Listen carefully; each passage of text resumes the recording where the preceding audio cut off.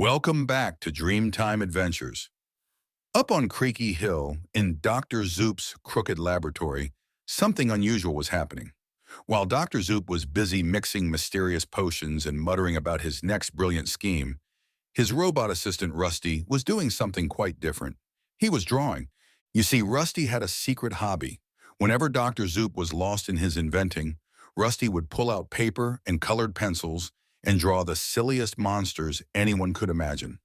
Today's collection included a round, bouncy monster with 3 eyes and roller skates, a tall, skinny one with accordion arms and a trumpet for a nose, a fluffy monster shaped like a cloud with rainbow polka dots, a tiny square monster wearing a chef's hat and carrying a giant spoon, and a wiggly monster that looked like a garden hose tied in knots. "Rusty!" Dr. Zoop called out, stirring a bubbling purple mixture. "This new formula will be my greatest invention yet. It can bring anything to life." "How interesting," Rusty replied carefully, trying to hide his drawings.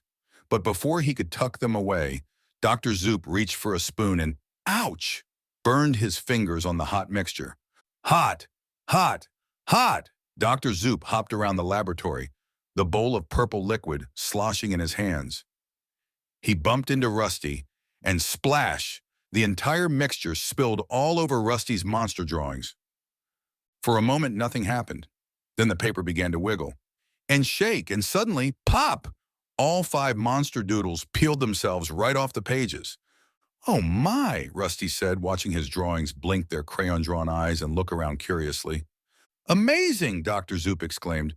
"It worked, though not quite how I planned." Before either of them could do anything, the doodle monsters spotted the laboratory's open window. The bouncy 3-eyed monster rolled out first, followed by the accordion-armed one playing a happy tune. The fluffy cloud monster floated after them, while the tiny chef monster rode on its back. Last came the wiggly garden hose monster, slithering through the air like a paper snake. "They're heading toward the Burg!" Rusty exclaimed. Meanwhile, Charlie and his blue dragon buddy were soaring above the town, watching Josephine and her majestic unicorn Pinky practice their new flying dance moves, when they spotted something strange below. "Jojo!" Charlie called out. "Are those monsters made of paper?" Josephine guided Pinky closer to look. "They're like drawings come to life. But where did they come from?" Just then they heard Dr. Zoop's voice echoing from Creaky Hill. "Come back! You're supposed to help me take over the Burg, not go exploring." "That answers that question," Charlie laughed. "But how do we stop paper monsters?" Charlie wondered aloud. Josephine watched the monsters moving toward town. "Look how they're acting. They're not being mean or scary. They're playing. Maybe instead of stopping them, we need to give them somewhere fun to play." "But where?" Charlie wondered. Then his eyes lit up. "The library. It's full of books, perfect homes for paper creatures." The siblings split up to round up the monsters. Charlie and Buddy went after the bouncy monster, the accordion-armed one, and the wiggly garden hose monster, while Josephine and Pinky followed the fluffy cloud monster and its tiny chef passenger. Charlie had a clever idea. He grabbed some big erasers from his school bag, and soon he and Buddy were swooping through the sky, herding the paper monsters away from town. The monsters scrambled to avoid the erasers, not wanting to be erased, and followed wherever Charlie and Buddy guided them. Meanwhile, Josephine realized that the cloud monster was collecting pretty things. It saw flowers, leaves, and shiny pebbles. She and Pinky began making a trail of colorful ribbons and sparkly stones that led exactly where they wanted the monsters to go. All the paths led to the library, where the kind librarian, Miss Page, was already holding open a very special book. It was called The Big Book of Imaginary Friends, and its pages were filled with magical creatures looking for playmates. One by one, the paper monsters discovered the book. The bouncy monster rolled right in, finding a whole playground of other bouncy creatures. The accordion-armed monster joined a band of musical monsters. The fluffy cloud monster and the tiny chef found a whole section about cooking up cloud cakes.